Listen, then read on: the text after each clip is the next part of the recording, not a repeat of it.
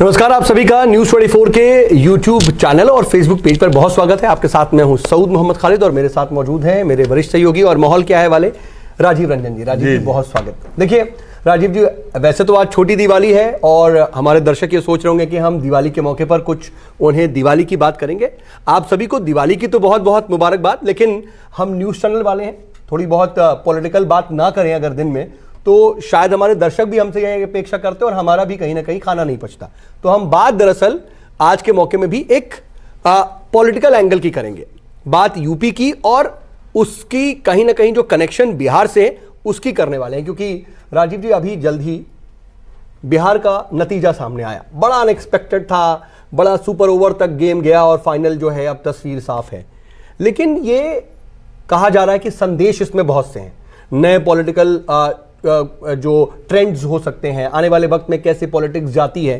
तो बंगाल में तो अभी इलेक्शन होगा अगले साल, लेकिन सबसे ज्यादा बिहार का असर उत्तर प्रदेश पे पड़ता दिखेगा, ऐसा आपका भी अनुमान है और तमाम एक्सपर्ट्स कहते हैं, क्योंकि वहां पर भी कुछ ना कुछ स्थितियां बिहार जैसी हैं।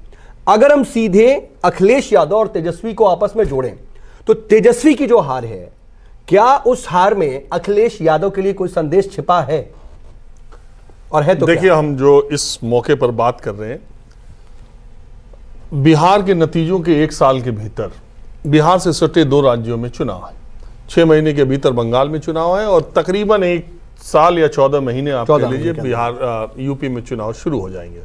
ये पहले से माना जा रहा था कि बिहार के चुनावी नतीजों का असर, उसका संदेश, क्योंकि दोनों राज्यों की सीमा, यूपी की भी और बंगाल की भी सीमा सटी हुई है, बिहार से लगती है, तो ये संदेश जाना पक्का है। अब जो आपने कहा तेजस्वी की हार, मैं इसमें थोड़ा सा ये करूंगा कि तेजस्वी की बिहार में हार नहीं हुई। अगर कोई विनर है तो तेजस्वी ही विनर है। ये बात अलग है कि सरकार किसकी सरकार किसकी बन रही है। दरअसल विनर है नरेंद्र मोदी और दरअसल विनर है तेजस्वी। तेजस्वी की उम्र क्या है, 30-31 साल का लड़का अकेले दम पर, एक तरफ मोदी, योगी, नीतीश कुमार, सारी सरकार सिटिंग, 14 हेलीकॉप्टर बना, 14 हेलीकॉप्टर और एक हेलीकॉप्टर, एक 31 साल का लड़का जिसका पिता भ्रष्टाचार के आरोपों में जेल में है, जिसके पिता के 15 साल के राज को डरा डरा के कहा करके उसकी बात को सुनने के खिलाफ माहौल बनाया गया। बावजूद उस लड़के ने पूरे कैंपेन को बिना किसी विवाद में आए, कहीं झल्लाते हुए, कहीं कोई बयान नहीं दिया, कोई ऐसी चीज नहीं दिया जिससे कहीं से कहीं मौका मिले, कहीं पार्टी के भीतर अंदरूनी विरोध की बात नहीं आई, कहीं कोई, मतलब जैसे एक मजा हुआ नेता, बिल्कुल ठीक। जितनी उम्र तेजस्वी की है उतनी उम्र के अनुभव वाला नेता जैसा चुनाव लड़ता, उससे कहीं ज्यादा तेजस्वी ने अच्छा चुनाव, बहुत मैच्योर्ड बिहेव किया, पहली बात। दूसरी बात, मैं ये भी मानता हूं कि लालू यादव अगर जेल के बाहर होते तो शायद वो भी इतना अच्छा चुनाव नहीं लड़ पाते जितना तेजस्वी ने लड़ा है। लेकिन बावजूद बात वही है कि आप 1 रन से हारें या 20 रन से हारें, मैच आप हार गए। तेजस्वी मैच हार चुके हैं। अब वो भले कहें कि नतीजे चुनाव आयोग के हैं, जनता का फैसला और चुनाव आयोग के नतीजों में अंतर है, ये बात बिल्कुल ठीक है कि नीतीश कुमार के खिलाफ माहौल था। 71 से 43 सीटों पर वो आ गए। इसका मतलब कि जो लोकप्रियता नीतीश जी की थी और जितने काम की वजह से सुशासन बाबू, विकास पुरुष के तौर पे वो जाने जाते थे, वो बात इस बार मतदाताओं के गले नहीं रही। एक तरह से सीधे तौर पर बीजेपी ने उनकी नाव अब बात आती है कि अखिलेश यादव, और देखो बंगाल का तो सबको पता है कि बीजेपी अपनी पूरी ताकत बंगाल में झोंक देगी और यूपी में भी झोंकेगी। उस तो अमित शाह और नरेंद्र मोदी की जो बीजेपी है वो 90 के दशक वाली बीजेपी नहीं है, वो बहुत ही रणनीतिक तौर पे चलते। देखिए अमित शाह बिहार में चुनाव हो रहा था, उसके बावजूद बंगाल गए। बंगाल में सबको पता है। और दूसरी बात यह है कि मैं आपको थोड़ा सा दर्शकों को ये बता दूं कि जब वैचारिक स्तर पर, विचारधारा के स्तर पर दक्षिणपंथी और वामपंथी पार्टियां जो होती है ना, ये वैचारिक, कोई भी दक्षिणपंथी व्यक्ति, कोई भी आरएसएस का आदमी, कोई भी बीजेपी का आदमी जब तक लाल किले को फतेह नहीं करेगा उसके कलेजे में ठंडक नहीं पहुंचेगी। आज वैचारिक स्तर पर इतना विरोध है, एकदम एक दूसरे की विचारधारा के विपरीत है। उसी तरह से काडर इनका, उसी तरह से जब कम्युनिस्टों को जीतते हैं दक्षिणपंथी, जब जिसको राइट विंग कहा जाता है, राइट विंग, अब हमारे यहाँ इन पार्टियों को कहा जाता है, जब कम्युनिस्ट से उनका मुकाबला होता है ना तो उसकी बात कुछ और हो जाती है। इसीलिए आप देखिए कि केरल और बंगाल में राजनीतिक हिंसाएं सबसे ज्यादा होती हैं। केरल में अपने चरम पर हो जाती है चीजें। केरल में कितनी हिंसा होती है, और बंगाल को भी देख लीजिए, और बंगाल में शुरू हो गया वही चीज था। अब जब, क्योंकि वो घर घर में एक एक आदमी में विचारधारा और पॉलिटिकल पार्टी के प्रति वो रहती है, मतलब आस्था कह लीजिए पूरी तरह से, इतना कमिटमेंट रहता है ना कि वो हिंसक रूप अख्तियार कर लेता। तो बंगाल को लेकर के बीजेपी का प्लान बहुत क्लियर है। आपको मालूम है कि श्यामा प्रसाद मुखर्जी वहीं बंगाल के रहने वाले थे। बीजेपी के ऑफिस जो अभी वहां है, 10 साल पहले मैं गया था, तब बीजेपी का कोई नाम लेवा टाइप नहीं था, बस ऑफिस ही था। और श्यामा प्रसाद मुखर्जी कितने ब्रिलियंट आदमी थे और किस तरीके से उनका सब, तो जनसंघ की उन्होंने स्थापना की थी और सारी चीजें। श्यामा प्रसाद मुखर्जी और दीनदयाल उपाध्याय, ये दो ऐसे चेहरे हैं जिन्होंने इस आइडियोलॉजी को ऊपर पूरा एकदम, अब उसी श्यामा प्रसाद मुखर्जी के बंगाल में बीजेपी को पहुंचना है, तो वो उसकी तैयारी कर रहे हैं। लेकिन जो अखिलेश यादव की बात आ रही है, इसमें बड़े संदेश छुपे हुए हैं। पहली बात ये, भारतीय जनता पार्टी कुछ हद तक मैं मानता हूं कि अखिलेश यादव को पिछले इलेक्शन में और इस इलेक्शन में तेजस्वी यादव को मुस्लिम यादव गठबंधन का नेता तक सीमित बनाने की अपनी रणनीति में कामयाब हो गई। वो ये मैसेज देने में कामयाब हुई कि इनका कोर वोट बैंक यही दो है, इन दोनों को मांगो ही मत, इसीलिए उसको कहीं इन दोनों से कोई उम्मीद करो ही मत, बाकी को लामबंद करो। ये काम उत्तर प्रदेश में भी, मैं आपको बताऊं, उत्तर प्रदेश में बीजेपी ने बड़े करीने से किया। क्यों? अदर बैकवर्ड क्लासेस के जो लोग हैं, वो यादव कम्युनिटी जो है वो डोमिनेंट है। समाजवादी पार्टी के आने के बाद वो धन जन बल सब में मजबूत हो जाती है। तो जो अदर बैकवर्ड कम्युनिटीज हैं उनमें वो डोमिनेंट हो जाते हैं। तो वो, अच्छा, कुछ फितरत से भी ऐसे हैं कि उनका डोमिनेंस दिखाई देता है, वो वोकल हैं, समझ रहे हो? वो हाँ, बिल्कुल अच्छी तरह से, और यूपी वाले बहुत अच्छी तरह से इस बात को समझ रहे हैं, जो मैं कह रहा हूं वो समझ रहे हैं, बहुत अच्छी तरह से समझ रहे हैं। तो जो कुशवाहा थे, जो मौर्य, कुशवाहा, अपने आप को कहीं अंडर फील करते थे, हमेशा दबा हुआ, राजभर, कुर्मी, मन जातियों के हिसाब से मैं नाम ले रहा हूं, जातियों के हिसाब से, तो वो इन जातियों के अदर बैकवर्ड क्लासेस के लोग एक समय में तो एक एट पार थे। यानी यादव भी वहीं था जहां चौहान थे, जहां राजभर थे, जहां पटेल थे, सब बराबर में थे। सबको मंडल आयोग आने के बाद सबको एक सा दर्जा मिला, सबका अपलिफ्टमेंट हुआ। लेकिन बाकी जातियों के बिरादरी के नेता उतने ताकतवर नहीं बने जैसे मुलायम सिंह बने।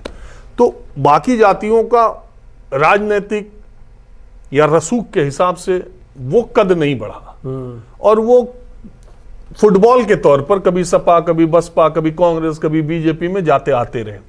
वो अपना एक ठिकाना ढूंढ रहे थे। हाँ। और वो ठिकाना ढूंढने में यादव ने अपने आप को बहुत मजबूत कर लिया, और मजबूत करने में कहीं ना कहीं उनको दबाने का काम भी शुरू किया। बिल्कुल। तो वो जो रिएक्शन हुआ, उसको अमित शाह और मोदी ने पहले ही पकड़ लिया, और उसको कैश और भी किया। 2014 में यही काम हुआ कि 2014 की जो अदर बैकवर्ड लीडर्स थे, जो पार्टीज थी, उनमें पैठ बनाई।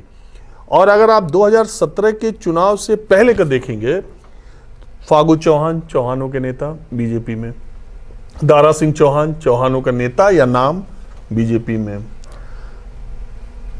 एक बार के एमएलए, एक बार के एमपी केशव प्रसाद मौर्य को प्रदेश अध्यक्ष बना दिया। स्वामी प्रसाद मौर्य, जो बसपा के मौर्य नेताओं के सबसे बड़े लंबरदार माने जाते थे, वो भी बीजेपी में। बाबू कुशवाहा, जिन्होंने कुशवाहा को जोड़े रखा था, एक बड़ी आबादी कुशवाहा को, वो भी बीजेपी में। बहुत स्ट्रेटजाइज वे में आगे बढ़ते गए। पटेल को देखिए, पटेलों के सबसे बड़े नेता या पार्टी थी अपना दल, उसके साथ समझौता कर लिया। कौन सी जाति बची? अदर बैकवर्ड क्लास की, और दलितों को भी जोड़ने की कोशिश की, ओपी राजभर वगैरह भी आए। और सुनो, ओम प्रकाश राजभर, भाजपा जिनकी पार्टी, वो राजभर का बेल्ट है 8-10 जिलों में, बनारस से शुरू होता है और बलिया तक जाता है। 8-10 जिलों में उनकी पैठ थी, उनका पकड़ था, उनके साथ समझौता कर लिया सीटों का बीजेपी ने। और उस रैली में अमित शाह बड़े बड़े फंक्शन में नहीं जाते हैं, लेकिन जो भाजपा के साथ मऊ में रैली हुई, गठबंधन का ऐलान हुआ, उसमें अमित शाह खुद पहुंचे, राष्ट्रीय अध्यक्ष, और हाथ पकड़ा ओम प्रकाश राजभर का, वो राजभर को भी ले लिया। यानी उन्होंने करीने से यादव को अलग कर दिया, बिल्कुल साइड कर दिया अदर बैकवर्ड क्लासेस में। और एक मान्यता है ही कि शहरी मतदाता और फॉरवर्ड मतदाता जो है वो या तो कांग्रेस का है या बीजेपी का है। जहां बीजेपी मजबूत है वहां बीजेपी का, एक मान्यता है, ऐसा नहीं है कि 100%, लेकिन बहुत सारे तेजस्वी ने भी बहुत फॉरवर्ड्स को टिकट दिया था, बहुत फॉरवर्ड्स उनके यहाँ हैं, सपा में भी बहुत सारे फॉरवर्ड्स हैं और बहुत सारे उनके नेता बड़े हैं। हर 1-2 जिले में समाजवादी पार्टी में दूसरी जातियों के बड़े मिल जाएंगे। हाँ। लेकिन मैं बात ये कह रहा हूं कि जमीनी स्तर पर जो ये काम हुआ 2017 में, इसका खामियाजा भुगता। 2019 में भी यही काम हुआ, फिर भुगता इन लोगों ने, इन लोगों को फिर वैसा ही किया। तेजस्वी अपनी उस इमेज से कुछ हद तक बाहर निकलने में कामयाब रहे थे, लेकिन अभी ये देखना होगा कि जो नीतीश कुमार के खिलाफ गुस्सा था, जो नीतीश कुमार के एंटी वोट थे, जो लोग ये समझ रहे थे कि 15 साल से नीतीश कुमार ही बिहार की बदहाली के जिम्मेदार है, उसके 15 साल पहले उन्होंने देखा नहीं था कि कैसा था, वो सारे लोग तेजस्वी को, कई सारे लोग एक ऑप्शन के तौर पे कि आजमा लेते हैं, उसमें वोट मिला।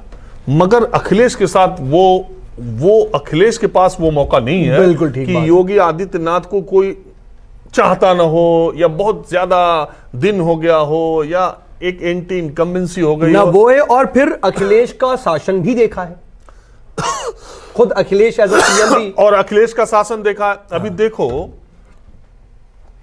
अखिलेश के शासन में मैं ये मानता हूं कि उत्तर प्रदेश में विकास की दृष्टि से जितनी सरकारें पहले आई हैं, उसमें मेरे देखने में अखिलेश यादव की सरकार ने बहुत काम किया।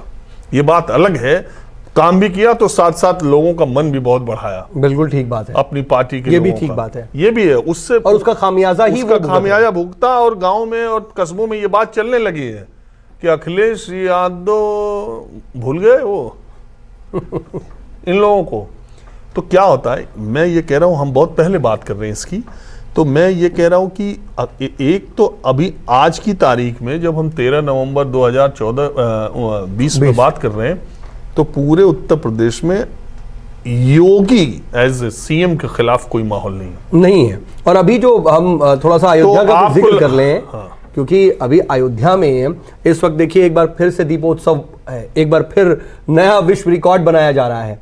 उसकी धूम न सिर्फ टीवी पर है, बल्कि आम जनमानस में भी इसको लेकर के कौतूहल है, क्योंकि इससे पहले अयोध्या में इतना भव्य जो है वो आयोजन हुआ ही नहीं था, सीएम नहीं पहुंचते थे। बहुत सी जो कई तरह की एक मान्यताएं थी उसको तोड़ा है, उसके आगे बढ़ करके योगी आदित्यनाथ ने काम किया, और वो ट्रेंड भी सेट कर रहे हैं। तो देखो, यहीं से सेट हो रहा है 2022। सऊद, आप जान रहे हो कि मोदी के प्रधानमंत्री बनने से पहले और अमित शाह के राष्ट्रीय अध्यक्ष बनने से पहले और भारतीय जनता पार्टी के इतने राष्ट्रीय और राज्यों में राजनीतिक उभार के पहले धार्मिक कार्यक्रमों में रमजान और रोजे, इसका सबसे ज्यादा, और रोजों में इफ्तार पार्टियां, उसका सबसे ज्यादा जिक्र हुआ करता था। कौन नेता पहुंच गया, उसमें वो किसने टोपी पहनी, वो चेक वाली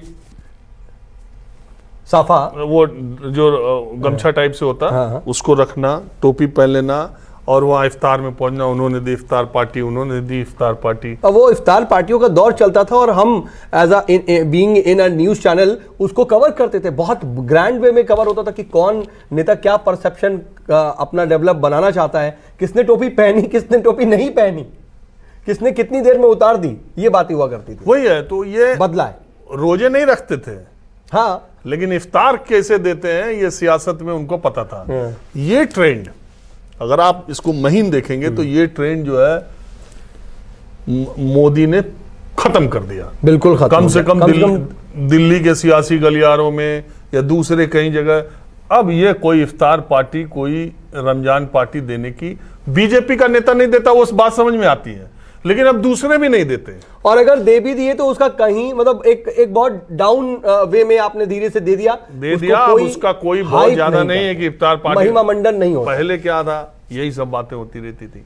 जैसे मैं हमेशा कहता हूं कि दिल्ली में जब भी कोई इलेक्शन होता था या देश में, तो जामा मस्जिद के इमाम का बड़ा रुतबा हुआ करता था। सोनिया गांधी भी उनके घर गई थी एक बार वोट मांगने के लिए, वो फतवे जारी करते थे, वोटों के बहुत बड़े एक प्रतीक बन गए थे मुस्लिम वोटों के, ठीक। लेकिन एक ही बार में आम आदमी पार्टी ने, ये भी क्रेडिट आम आदमी पार्टी को, जामा मस्जिद के उस इमाम का वो जो राजनीतिक रुतबा था उसको खत्म कर दिया। ये बात आपको याद नहीं होगी, मैं याद नहीं आ पा रही, मैं आपको बता रहा हूं। हाँ। दिल्ली में इलेक्शन चल रहे थे, 15 टाइम पे, हाँ 15 में एंड टाइम पे जामा मस्जिद के इमाम ने कहा कि आम आदमी पार्टी को वोट दीजिए। हाँ। जो अपील वो करते थे, ठीक है। आम आदमी पार्टी ने विद इन 1 घंटे के भीतर प्रेस कॉन्फ्रेंस करके कहा कि हमको इमाम का समर्थन नहीं चाहिए। ठीक है, याद आ गया मुझे। हाँ हाँ, जब पहली बार मुख्यमंत्री बने थे अरविंद केजरीवाल, उन्होंने कहा, उन्होंने अनाउंस किया 1 घंटे के अंदर कि हमको उनका समर्थन नहीं चाहिए, हम किसी भी धार्मिक व्यक्ति के इस तरह के उसमें नहीं है, वो अपना समर्थन 2014 में अपना समर्थन अपने पास रखें। तुरंत वो रिफ्यूट किया। कहा तो राजनीतिक दल के नेता उनकी चौखट पे जाया करते थे, कहा एक पार्टी ने उनसे कहा कि हम तुम्हारा समर्थन नहीं चाहिए। तो उससे क्या हुआ, उससे उनके राजनीतिक रसूख का खात्मा हुआ, बिल्कुल खात्मा। अब वो दरबार, अब वो सियासतदान, अब जाता है कोई? पिछले 5 सालों में आपने सुना कि किसी पार्टी का कोई बड़ा नेता और ना ही ऐसी अपील आई, ना कोई अपील आती है। अब वो इसी तरह से मुशायरे बंद हो गए, रोजे बंद, मतलब रोजे तो वो इफ्तार पार्टी उसका पॉलिटिकल जो इस्तेमाल होता मैं ये कहता हूं, मैं हैरत में ये रहता हूं कि चलो बीजेपी के लोग इफ्तार पार्टी ना दें, अलग बात है। हम बीजेपी के बहुत सारी इफ्तार पार्टी है ना कि जो वो एक छुआछूत वाली बात जो बात कही जा रही है आज के वक्त में, दूसरी पार्टी के नेता नहीं देते, दूसरी पार्टी की बात मैं कर रहा हूं कि डरते हैं, उनको सॉफ्ट हिंदुत्व चाहिए। आज वो जानते हैं कि उनको बाकी, जैसे बीजेपी की सबसे बड़ी खासियत ये रही कि उन्होंने भले वोटर्स को अलग अलग जातिगत तरीके से साधा, लेकिन हकीकत में टोटालिटी में उन्हें अलग अलग जाति में नहीं बांटा, बल्कि हिंदुत्व वो इतना बड़ा हो गया कि उसके नाम पर बीजेपी को वोट देने के लिए हर कोई यही कह रहा हूं ना कि जो आज आप अयोध्या में जो दीप उत्सव में देख रहे हैं और सीएम इस तरह से बैठे हुए हैं, घंटों हेलीकॉप्टर से पहुंच रहे हैं, वहां करोड़ों रुपए खर्च हो रहे हैं। बिल्कुल। अभी जब दौर रोजगार का होना चाहिए, बातें रोजगार की होनी चाहिए, कोरोना की होनी चाहिए, तमाम चीजें ऐसी हैं। एक बड़े तबके की इस बार की दिवाली इतनी उदास, इतनी परेशान है, और हमारे जानने में बहुत लोग हैं इतनी परेशान उदास है। कॉर्पोरेट सेक्टर में लोगों की नौकरियां चल गई हैं, तनख्वाह नहीं मिली अभी तक। आज 13 तारीख हो गई, कल दिवाली है, बहुत सारे लोगों को सैलरी नहीं मिली। कंपनी वाले भी इस स्थिति में नहीं होंगे, बहुत सारी कंपनियों में ताले बंद। बोनस तो दूर की बात है, बोनस तो दूर की बात है, सैलरी नहीं मिली। ऐसे दौर में भी अगर कोई किसी राज्य का सीएम रामलीला में या देव पूजा में जाकर के इतनी देर बैठता है और वहां सारा इंतजाम डिप्टी सीएम, बैठना इज नॉट इम्पोर्टेंट, ठीक है, वो परसेप्शन करा रहे हैं, लाखों दिए जगमग हो रहे हैं, करोड़ों रुपए जगमग हो रहे हैं। तो ये सिर्फ यूं ही नहीं है, ये संदेश देना है कि आप भी दिए। अब देखना कल हम आउट ऑफ टाइम हो रहे हैं, इसलिए जल्दी से तो इससे मैं ये कह रहा था कि अखिलेश, ये बड़ी चर्चा है, अखिलेश यादव के लिए बहुत बड़ा चैलेंज है कि वो अगर इस चुनाव को गंभीरता से लड़ना चाहते हैं तो वो इमेज, वो परेशानी, वो दिक्कतें जो तेजस्वी को आई हैं और पिछली बार जो उनको आई थी, उससे निकलने के लिए अब उनको ऐसा चेहरा पेश करना होगा। क्योंकि उनके पास, मैंने बताया ना, जैसे नीतीश जी के खिलाफ एक माहौल था, वो माहौल अभी योगी जी के खिलाफ नहीं है। ये बात है कि बीजेपी के विधायक कमजोर कड़ी हैं, विधायकों से लोग परेशान हैं क्योंकि विधायक काम नहीं करा रहे हैं, उनकी सुनी कम जाती है। तो अगर विधायक बीजेपी के कमजोर कड़ी हैं, बीजेपी के फेसेस कमजोर कड़ी नहीं है। तो अब ये देखना दिलचस्प होगा कि ये रणनीति अखिलेश यादव कैसी बनाएंगे, क्योंकि उनको उत्साह बहुत हो गया था तेजस्वी के एग्जिट पोल आने के बाद। हाँ, तो जल्दी से एक चीज और मैं समझ जाऊंगा इसमें जो है, क्योंकि जो तेजस्वी ने किया, तेजस्वी ने वहां गठबंधन बनाया 2017 में, हमने इसकी एक झलक देखी थी यूपी में, और उस वक्त भी एक बैगेज के तौर पर ही नजर आई थी कांग्रेस, और यहां पर भी सबसे कम स्ट्राइक रेट जो है कांग्रेस का रहा। और ये बात बार बार कही जा रही कि अगर 40 तक मैक्सिमम कांग्रेस को सीट दी जाती तो ये सिर्फ एक रन से हार वाली स्थिति नहीं होती, बल्कि अलग ही सिचुएशन में होते तेजस्वी। क्या 2017 वाली, अगर उसको राजनीतिक गलती कहें, भूल कहें, क्योंकि खुद अखिलेश ये कहते हैं, तो अगर कांग्रेस के साथ जाना ठीक होगा, नहीं होगा, और अगर जाते हैं तो क्या होना चाहिए, नहीं जाते हैं तो फिर ये दोनों पार्टियां तो आपस में वोट काटेंगी। देखिए, हिंदी बेल्ट में मैं हमेशा कहता हूं सऊद, हिंदी बेल्ट में कांग्रेस की स्थिति यही है कि हम तो डूबेंगे सनम, तुमको भी ले डूबेंगे। जो कांग्रेस का हाथ पकड़ेगा वो तो, कांग्रेस तो डूबेगी, उसको भी डुबाएगा।